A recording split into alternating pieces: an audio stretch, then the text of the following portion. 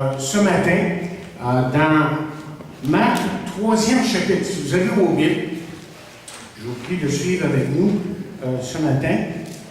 Marc, 3e chapitre, et là, on va lire à partir du verset 1. C'est Céline qui va nous lire.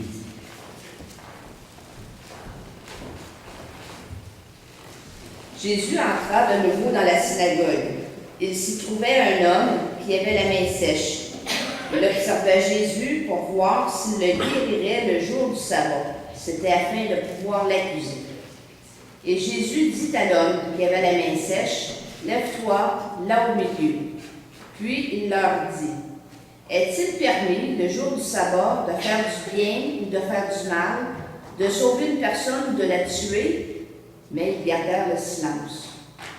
Alors, promenant son regard sur eux avec indignation, et en même temps, affligé de l'endurcissement de leur cœur, il dit à l'homme, « Étends ta main. » Il l'étendit, et sa main fut guérie.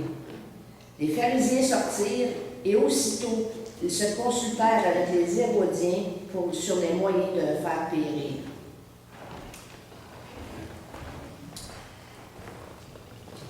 Merci beaucoup, Céline.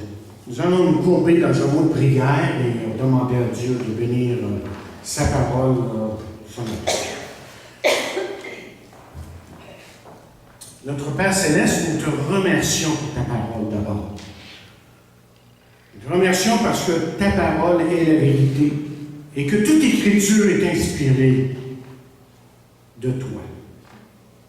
Et je prie, oui, justement, comme nous l'avons dit plus tôt, dispose nos cœurs et fais que nous puissions entendre ce que tu veux que nous entendions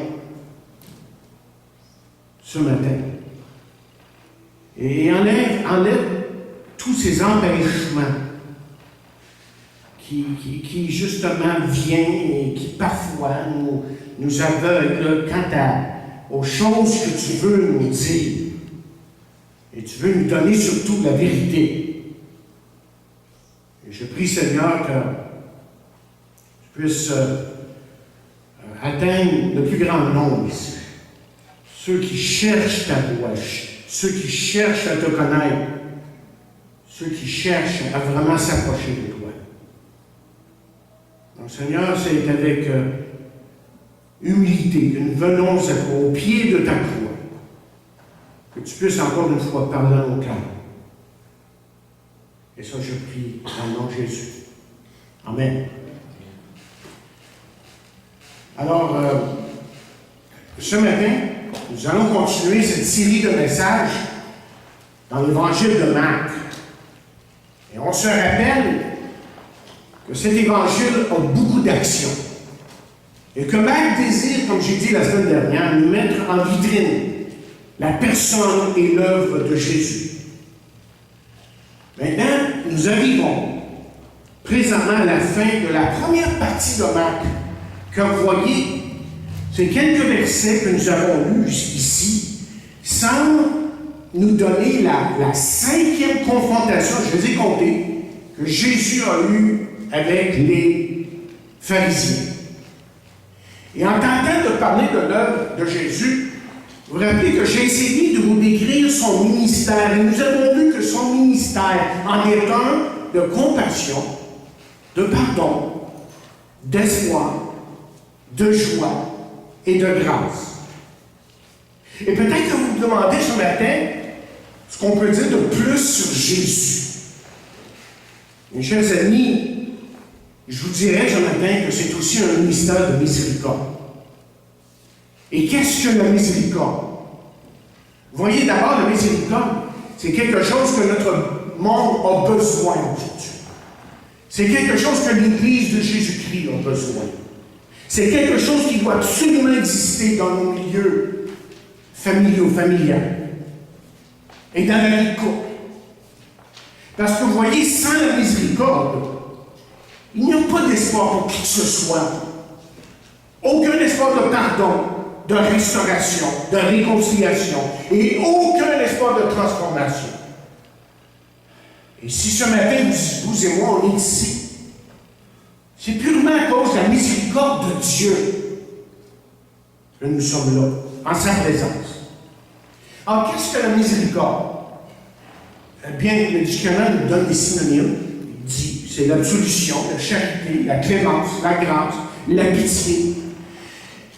Mais c'est surtout, selon le dictionnaire Martel, la compassion en action. La compassion en action. Vous voyez, j'ai mon propre dictionnaire quand on fait des recherches un peu. OK, et pour commencer ce matin, je veux que dans votre esprit, que vous puissiez vous faire une image. Au premier banc, en rentrant dans la synagogue, les pharisiens là, sont assis, un à côté de l'autre, dans la première rangée. Et d'un regard pénétrant, ils regardent tous ceux qui rentrent dans la synagogue. Vous voyez, les pharisiens étaient, selon leur religion, ou en tout cas, la religion juive, les défenseurs de la foi. Et selon eux, tout devait être fait selon les traditions juives. Donc, vous voyez, ces hommes n'étaient pas venus pour adorer Dieu, en réalité, mais pour juger et pour condamner. Et ça devrait nous dire ce matin que nous devons aussi examiner nos cœurs afin d'être sûrs que nous, on ne tombe pas dans le même piège. Parce qu'il est facile d'entrer, de venir dans la maison du Seigneur pour autre chose que pour la vraie raison, à savoir adorer Dieu et nous approcher vraiment de lui. On sait aussi que c'était dans les habitudes de Jésus. C'était dans les habitudes de Jésus d'aller, lui, à la synagogue le jour du sabbat. Mais je veux vous dire ce matin que cette journée ici allait être différente. Je l'ai dit, je le répète, que vous puissiez me suivre là, ce matin. Jésus a eu plusieurs confrontations avec les pharisiens. On en a parlé, on les a vus. Et voici la 5e. Et ce n'est pas la dernière, évidemment. Mais celle-ci allait jeter un ombrage, je dirais, sur le temps qui lui resterait à vivre sur la terre. Parce que nous lisons dans ce même chapitre, au verset 6, justement, là, les pharisiens sortirent et aussitôt se consultèrent avec les Hérodiens sur les moyens de le faire périr. Et ça, c'est très intéressant. On va le voir plus tard. Qu'est-ce qui se passe ici? Qu'est-ce qui se passe ici exactement? Bien, je veux que vous voyez ce matin là, que c'est une lutte entre deux religions. Parce que les pharisiens, eux, avaient leur religion. Et on peut dire, pour utiliser le même langage, que Jésus avait sa religion. Et vous savez, je suis convaincu que la plupart de vous vous êtes posé la question à un certain moment, à savoir, mais quelle est la vraie, quelle est vraiment là, mais la bonne religion? Et ce que Jésus fait ici, dans ces quelques versets qu'on vient de lire, c'est que Jésus va faire ressortir là, 5 caractéristiques de la vraie religion. Et la première caractéristique est celle-ci. C'est que la vraie religion se tient debout pour Jésus. Au verset 3. Remarquez les paroles de Jésus à l'homme avec la main sèche lorsqu'il dit « Lève-toi là au milieu ». Que Jésus ici en appelait à la volonté de cet homme. Il lui demandait, vous voyez, de faire exactement ce qu'il lui disait de faire. Et c'est seulement si cet homme obéissait aux paroles de Jésus qu'il recevrait la guérison. Vous voyez, le commencement, on pourrait dire, le commencement de la vraie religion, c'est lorsqu'un homme ou une femme obéit et fait confiance à Jésus. Et Jésus a dit à un certain moment, « Venez à moi, vous tous qui êtes fatigués et chargés, et je vous donnerai du repos. Prenez mon joug sur vous, et recevez mes instructions. Car je suis doux et humble de cœur, et vous trouverez du repos pour vos âmes, car mon joug est doux et mon fardeau léger. Il dira aussi, en vérité, je vous le dis, celui qui écoute ma parole et qui croit celui qui m'a envoyé a la vie éternelle. Il ne vient point en jugement, mais il est passé de la mort à la vie. Autrement dit, lorsque vous regardez les Écritures et que vous écoutez bien les paroles de Jésus, vous voyez là, que Jésus ne donne aucune alternative à qui que ce soit. Cet homme ici devait se lever et se placer au milieu, là, pour recevoir quelque chose de Jésus. Et laissez-moi vous dire ce matin que si vous voulez la guérison de votre âme, je pense qu'on peut dire ce matin que Jésus vous demande la même chose qu'il a demandé à cet homme. Lève-toi là au milieu. Parce que vous voyez, Jésus vous offre ce que personne d'autre ne peut vous offrir. Il vous offre la paix et le pardon, l'espoir et la vie. Mais la chose qui est importante, c'est de comprendre qu'il faut venir. Et comme je l'ai déjà dit, le mot « venir », c'est un des plus beaux mots dans la parole. Souvent, on trouve ce mot « venir ». Et Dieu vous appelle de venir à lui. Et à tous, il demande en fait la même chose. Parce qu'il dira dans Matthieu 10, verset 32-33, effectivement, c'est pourquoi quiconque, dit-il, me confessera devant les hommes, je le confesserai aussi devant mon Père qui est dans les cieux. Mais quiconque me reniera devant les hommes, je le renierai aussi devant mon Père qui est dans les cieux. La deuxième chose qu'on peut dire de la vraie religion, c'est que la vraie religion accomplit le bien et sauve des vies. C'est ce qui ressort du verset 4, on va le voir plus précisément. On sait donc que toute la question du sabbat, si vous avez suivi depuis quelque temps, on en a parlé la semaine dernière, que toute la question du sabbat est une question qui causait tant de problèmes entre Jésus et les pharisiens. Principalement parce que Jésus brisait, lui, toutes les lois cérémoniales du sabbat. M. William Barclay, que j'aime beaucoup, que je lis assez souvent, nous montre jusqu'à quel point que le sabbat était important pour le juif. Il nous dit que tout travail était interdit le sabbat et que guérir, c'était de travailler. Alors là, vous voyez le problème. Par exemple, il était permis de donner des soins médicaux à quelqu'un seulement si sa vie était en danger. Une femme enceinte qui donnait naissance à un bébé pouvait être aidée. Ou si quelqu'un on pouvait aussi aider peut-être une personne qui avait une infection très grave à la gorge. Mais c'est pire que ça, là. Ça c'est rien. On dit que si un mur tombait sur quelqu'un, il était possible de regarder si l'accidenté était vivant. Et si oui, on pouvait le déterrer juste assez pour qu'il se libère, mais il était hors de question de l'aider. S'il était mort, bien là, on le laissait là jusqu'au lendemain. On ne le touchait pas. Si quelqu'un se fracturait une cheville, il était littéralement défendu de le soigner. Et si quelqu'un se coupait le doigt, on pouvait lui mettre un pansement, mais pas de longueur.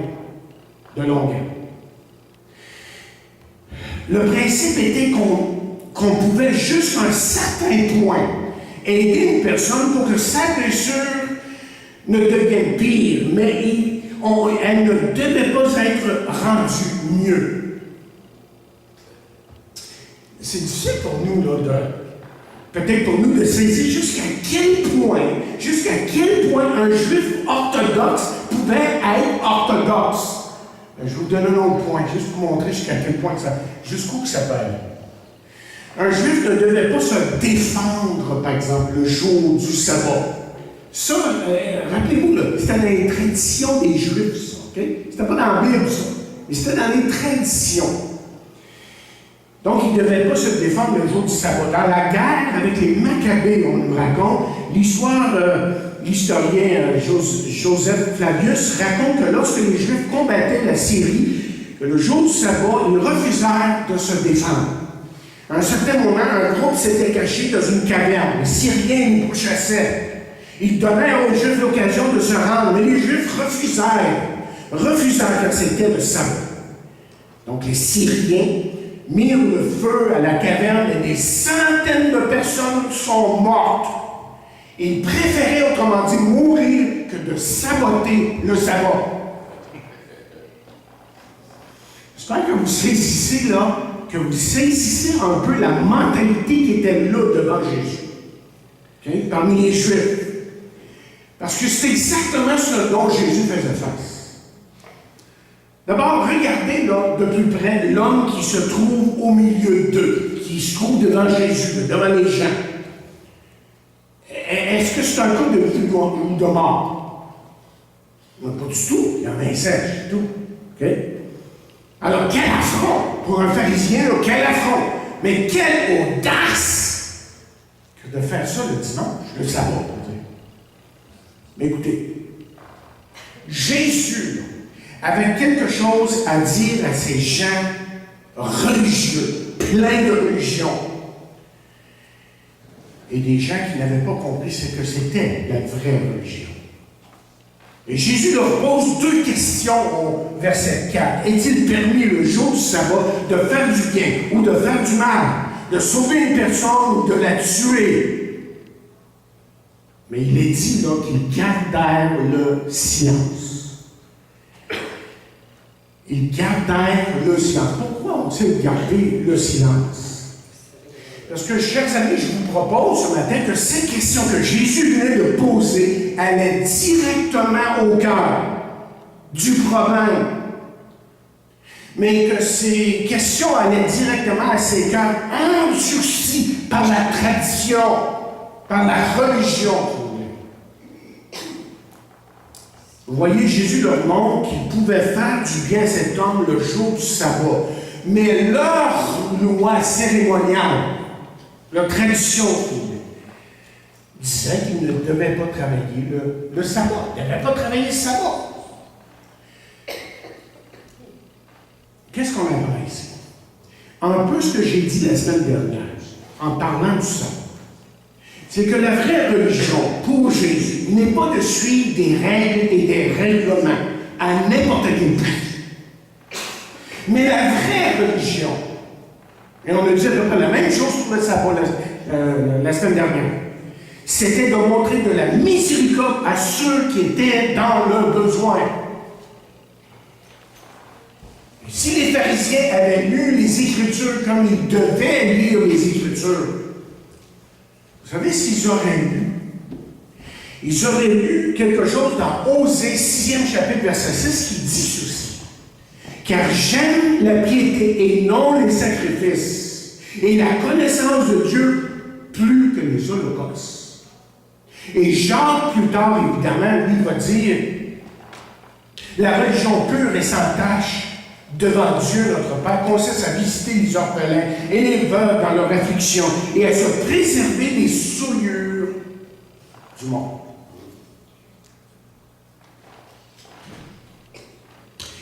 Mais je veux là que vous voyez, ce que je veux que vous voyez, c'est jusqu'à quel point que Jésus pouvait parler au cœur de ces hommes religieux. Parce que la deuxième question est, est-il permis de sauver une personne ou de la tuer? Bon, là, ça va loin. Et justement, la question était directe. Et la question que Jésus pose est pénétrante. Jésus pouvait sauver cet homme de circonstances extrêmement difficiles à cause de sa main sèche. Mais tandis que lui est en train de faire ça, tandis que Jésus est en train de guérir, de faire un miracle le jour du sabbat, les pharisiens, eux, se préparaient à le tuer. Commençaient à conspirer au moins à le tuer. Oh, qu'ils étaient religieux, pieux, observateurs de la loi, mais pourris jusqu'aux os dans leur cœur. Parce que ces hommes préféraient, vous voyez, la tradition et toutes les cérémonies religieuses que de faire du bien et de sauver les vies. Mes chers amis, la vraie religion de Dieu, c'est d'abord, c'est avant tout la miséricorde, la compassion, et c'est aussi l'amour.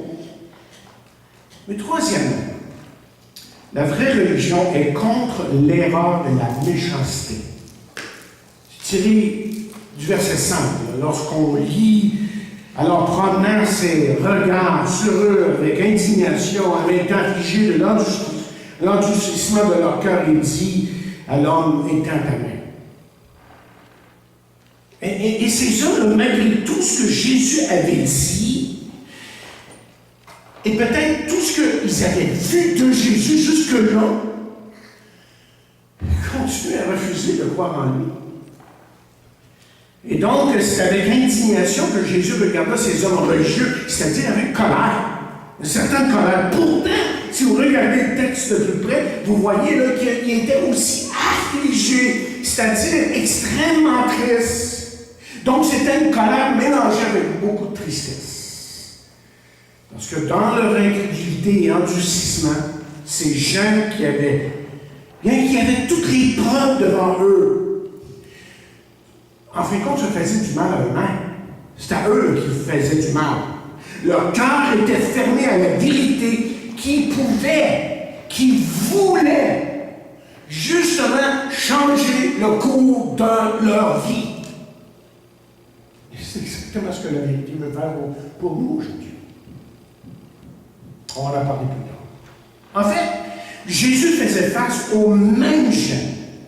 Aux mêmes gens, chers amis, qu'Ésaïe avait fait face il y a 600 ans de cela, lorsque Ésaïe a dit ceci. Il dit, ce peuple m'honore des lèvres, mais son cœur est éloigné de moi. Et par la bouche de l'apôtre Paul, et le temps nous manque ce matin pour aller dans ces textes. Par la bouche de l'apôtre Paul, vous savez que dans 1er Timothée, 4e chapitre 1 et 2e Timothée 3, 1 à 5, c'est un texte qu'on a souvent lu. Il nous dit que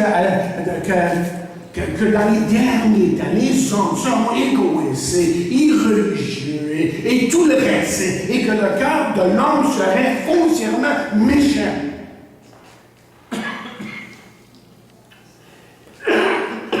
Peut-être que vous vous demandez qu'est-ce qui est la base de tout ça. Et la Bible, elle répond assez simplement. La vérité dans la Bible est si simple. Elle est là en plein. Elle est là devant nos yeux lorsque Paul dit que ça avait tout son péché. On est des pécheurs. C'est pour ça que la méchanceté existe. Et le seul remède que Dieu donne au péché, c'est la croix du Calvaire. C'est lorsqu'un homme ou une femme vient à la croix qu'il peut être pardonné, transformé, régénéré et tout le reste. Parce qu'à la croix, Jésus efface toute erreur, toute méchanceté et nous donne la paix. Et c'est pour cela qu'il est dit dans la parole de Dieu. Il a voulu, par lui, réconcilier tout avec lui-même. Tant ce qui est sur la terre que ce qui est dans les cieux, en faisant la paix par lui, par le sang de sa croix. On va parler de ce verset-là dans notre étude mercredi. Allons au quatrième point. Quatrième caractéristique de la vraie religion, il y en a cinq. C'est que la vraie religion restaure l'homme totalement. La vraie religion, chers amis, restaure l'homme totalement. Tantôt, je vous ai dit, j'ai essayé de vous décrire un peu que le juif orthodoxe se refusait de faire quoi que ce soit le sabbat. Et voici un homme avec une main sèche. Et il semble que le grec insinue l'idée ici que c'est pas dû à sa naissance, à la naissance qu'il y a eu ça, mais que c'est dû à un accident ou un autre moment dans sa vie, peut-être une maladie quelconque. Mais la question qui peut se poser, c'est pourquoi le guérir ou le sabbat? Après tout, ce n'est pas une maladie incurable ici. Jésus savait très bien qu'en guérissant cet homme-là, le sabbat, qu'il allait frustrer les pharisiens, les hommes religieux ici. Parce qu'il ne pouvait pas attendre le lendemain pour le guérir. Et laissez-moi vous dire que Jésus ici n'a pas hésité de guérir cet homme. Laissez-moi vous dire que chaque parole est acte de Jésus. Chaque parole et chaque geste que pose Jésus ont une valeur inestimable. Et que Jésus n'agit jamais sans être convaincu que Dieu sera glorifié et que certains croiront. Oui.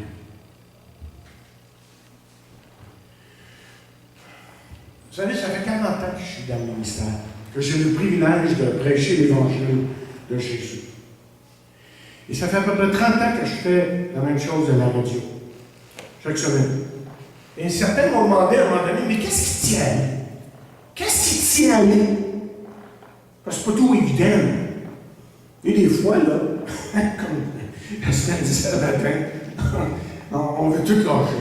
Hein? Lundi matin, c'est la pire journée pour parler. Lundi, c'est la pire. Swindoll disait ça dernièrement dans un message. Ma femme, qui a emmené le point, qui me l'a cité, elle dit, il disait, lundi, c'est la pire journée des pasteurs. Parce que le dimanche, t'es là, puis lundi, t'arrives, puis t'es complètement à terre. Soit c'est la fatigue physique qui te prend, ou tout simplement que les choses n'ont pas été comme tu voulais. Ça aide le dimanche. Etc. Mais qu'est-ce qui me tient à aller? C'est parce que je sais que Dieu est glorifié dans ce que je fais, et je sais que parce que je prêche l'Évangile, que certains vont croire, vont se tourner. Évidemment, je l'ai vu à travers mon ministère. J'ai vu des fois des églises où j'étais pasteur, c'était plein. Je faisais un appel à salut, puis la moitié de l'église avant ça, tu dis, voyons, qu'est-ce qui se passe? Je me rappelle, l'église haïtienne, surtout, à Montréal, c'était plein avant. Je me dis, qu'est-ce qui se passe? Et puis, un autre dimanche, la même chose, j'étais nouveau, évidemment, donc tout nouveau, tout beau, tu sais, t'arrives, puis t'es pimpant, t'as 34 ans à peu près, puis là, t'arrives, puis tu prêches, puis les gens, ah, hey, il est bon. Deuxième dimanche, troisième dimanche, la même chose qui se passe. Je me demande, mais qu'est-ce qui se passe? Pourtant, je ne vois pas la femme de diacre, la femme de ci, les gens qui sont impliqués dans l'Église. Et là, je commence à questionner un peu les diacres de l'Église, puis je m'informe, et puis là, je découvre que plusieurs d'entre eux, c'était des religieux, justement. C'était des gens qui ne connaissaient pas Dieu, ne connaissaient pas Jésus. Mais c'était des gens qui pratiquaient la religion, qui aimaient l'Église. Et des choses comme ça. Mais ils ne connaissaient pas une communion, ils ne savaient pas ce que c'était d'avoir une communion avec Dieu. En tout cas, je pourrais vous raconter toute sorte d'histoires, comment Dieu a agi à travers les années. Et là, revenons à notre texte. Les voilà ici qui regardent Jésus. Guérira-t-il ou ne guérira-t-il pas? Écoutez, la vraie religion, j'aime pas parler comme ça, parce qu'on dit toujours, c'est pas une question de religion, on le sait. Mais on va utiliser la terminologie que les gens connaissent. Donc, la vraie religion, ce n'est pas seulement des belles paroles, mais des paroles accompagnées d'action. Et là, Jésus dit à cet homme, étends ta main, il étendit sa main, il dit la Bible, fut guéri. Donc, le message ici est clair. J'espère que vous le voyez. La vraie religion, c'est de restaurer celui qui est dans le besoin sans arrière-pensée. C'est de mettre en évidence ce que Jésus faisait ici. L'amour et le service qu'on peut rendre aux autres. Vous voyez, les pharisiens étaient tellement préoccupés par la tradition et les cérémonies qu'ils avaient oublié la vraie raison de leur religion. Et Jésus a montré l'exemple chez lui jusqu'à la fin, parce qu'il a dit même à la fin de son ministère, c'est ainsi que le Fils de l'homme est venu non pour être servi, mais pour servir et donner sa vie comme la rançon de plusieurs. En route vers Rome, l'apôtre Paul a dit à certains frères dans Acte 20, verset 35, il dit, je vous ai montré de toute manière que c'est en travaillant ici qu'il faut soutenir les faibles et se rappeler les paroles du Seigneur, qu'il a dit lui-même, il y a plus de bonheur à donner qu'à recevoir. Et le passage continue ainsi. Il dit, après avoir ainsi parlé, il se mit à genoux et pria avec eux tous. Et tous fondirent en larmes. Et se jetant au cou de Paul, il l'embrassait, affligé surtout de ce qu'il avait dit, qu'il ne verrait plus son visage. Et ils l'accompagnèrent jusqu'au navire. Savez-vous pourquoi ces chrétiens d'Éphèse étaient en larmes lorsque Paul les quittait ici? C'est parce que Paul avait toujours été pour eux un exemple. Il leur avait dit, devenez donc les imitateurs de Dieu. Même, il va plus loin que ça, à un moment donné, il dit, devenez donc mes imitateurs. Mais ici, il dit dans Éphésiens 5, 1 à 2, devenez donc les imitateurs de Dieu comme les enfants bien-aimés et marchez dans la charité, à l'exemple de Christ qui nous a aimés et qui s'est livré lui-même à Dieu pour nous comme une offrande et un sacrifice de bonne odeur. Pour lui, la vraie religion, c'était pas juste des belles paroles, mais des paroles accompagnées d'action. Et s'il manquait pour les faire dans la vie, dans le ministère, dans la religion, si vous voulez, des pharisiens. Et ils étaient trop aveugles pour voir. Et malheureusement, même dans l'Église de Jésus-Christ, des fois, c'est ça que je vois. On dit des choses, on prêche, on partage, et tu te dis, mais ils ne voient pas. Oh Dieu, que tu puisses ouvrir leurs yeux, qu'ils voient. La cinquième chose, et dernière, c'est que la vraie religion n'est pas de l'intrigue et la destruction. Remarquez la réaction des pharisiens à la guérison. Justement, la vérité était dans leur face. Et là, nous lisons au verset 6, les pharisiens sortirent et aussitôt se consultèrent avec les hérodiens sur les moyens de le faire périr.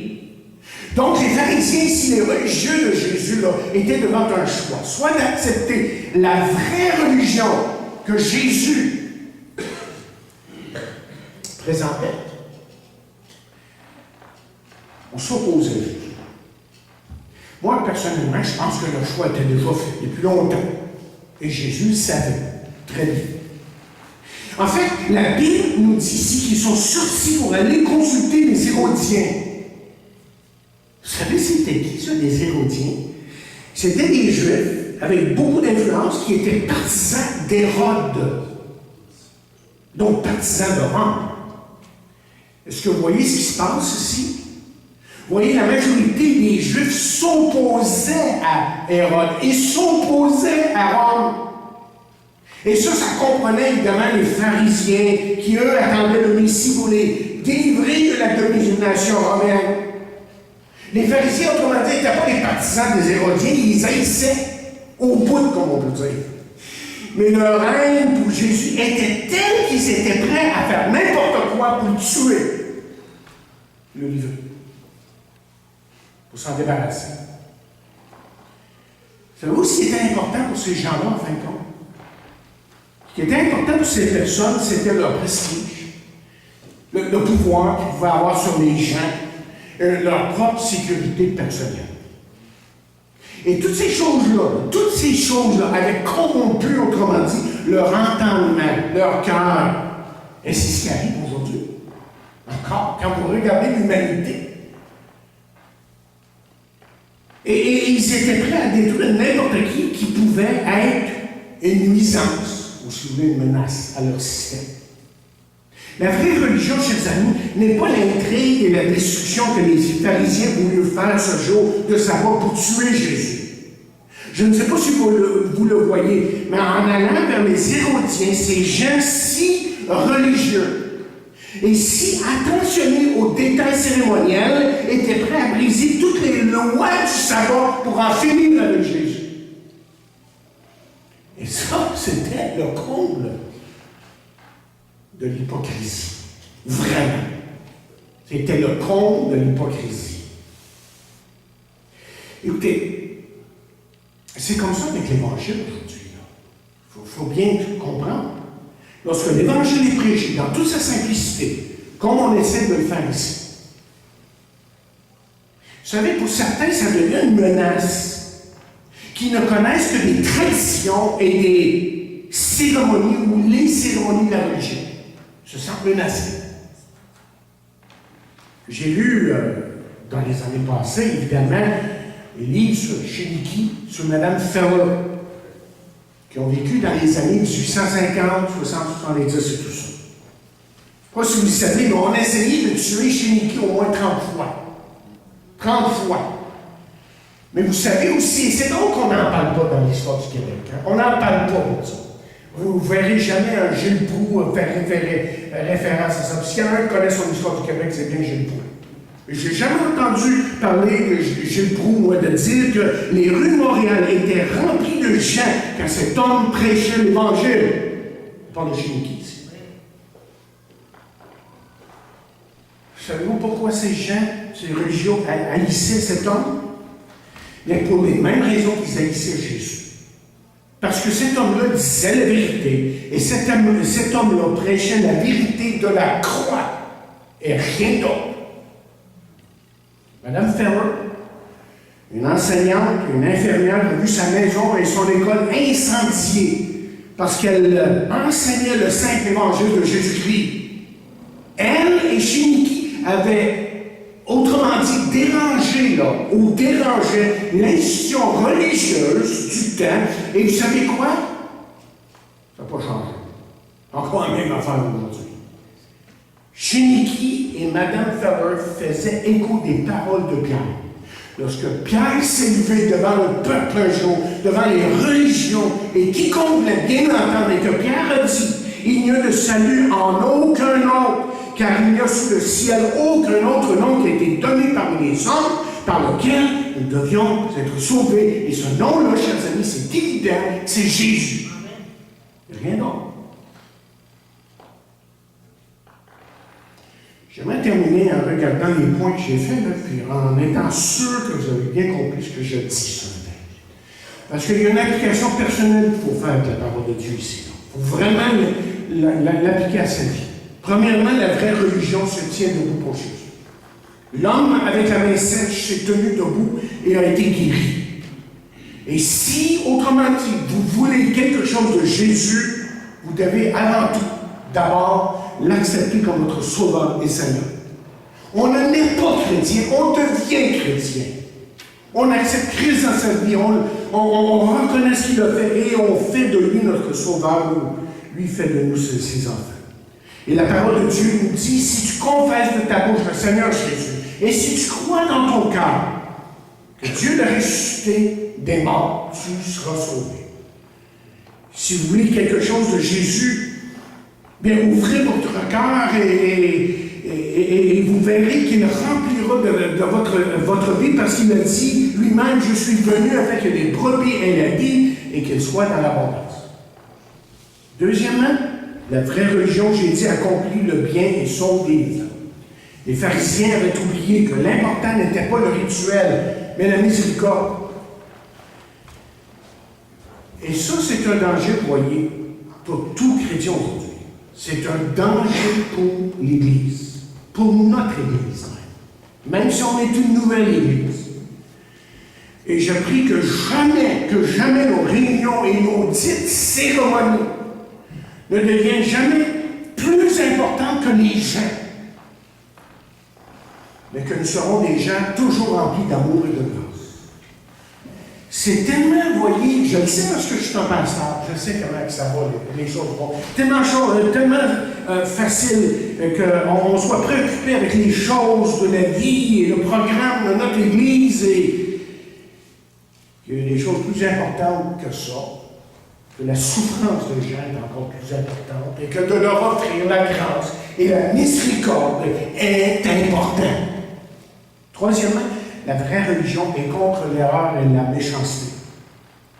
Comment comprendre ce grand-père qui a tué ses 6 petits-enfants aux États-Unis cette semaine?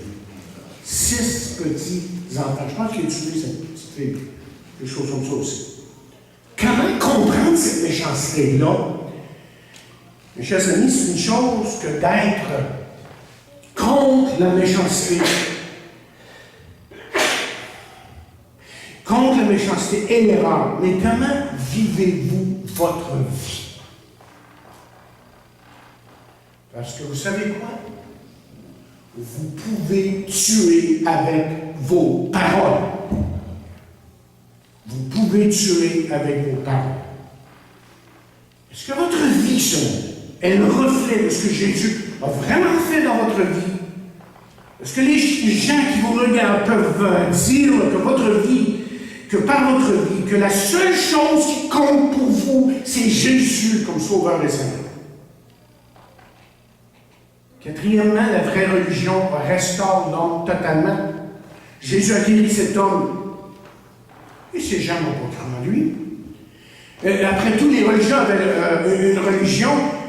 Mes chers amis, moi, j'aimerais vous dire que Jésus avait la vie éternelle. Eux avaient la religion, mais Jésus avait la vie éternelle. Et c'est pour ça qu'on dira, que la Bible dira, celui qui croit au Fils a la vie éternelle. Celui qui ne croit pas au Fils ne verra point la vie, mais la colère de Dieu demeure sur lui. Alors, si vous voulez quelque chose de Jésus, venez à lui aujourd'hui, tel que vous êtes. Parce qu'à cause de sa grâce, de son amour si majestueux, si majestueuse, si grande, lui est prêt à vous recevoir. Vous souffrez dans votre corps, allez à Jésus. Il sait exactement ce que vous avez besoin. Écoutez, Jésus sauve aujourd'hui et il vous sauvera demain parce qu'un jour, il va vous donner un corps nouveau. À neuf. Et quand Jésus sauve, c'est la totalité de l'homme qu'il sauve. Enfin, cinquièmement, la vraie religion n'est pas l'intrigue et la destruction. Les pharisiens, écoutez bien, les pharisiens avaient devant eux un homme qui était plus qu'un homme. Vous savez ce qu'ils avaient devant eux? Ils avaient Dieu. C'était Dieu devant eux. C'était pas n'importe qui. Et ils n'ont pas compris parce qu'ils étaient aveugles, rien de pire qu'un aveugle, et endurcis. Ils avaient un choix à faire et ils ont fait le mauvais choix.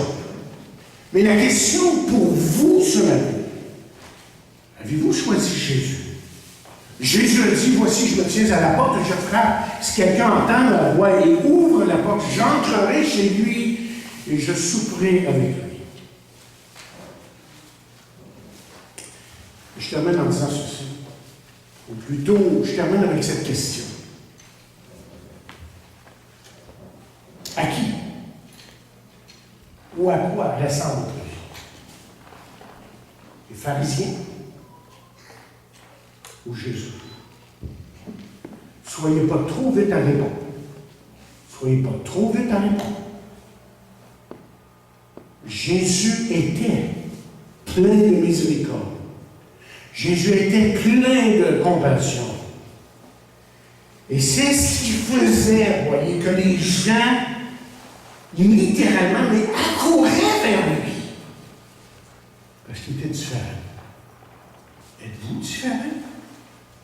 Les gens vous rencontrent parce qu'ils sont intéressés peut-être à ce que vous représentez. Parce que c'est ça être la lumière du monde. C'est ça de représenter Jésus-Christ sur cette terre. C'est d'être comme lui. Et d'attirer des gens à celui qui est notre Sauveur et Seigneur.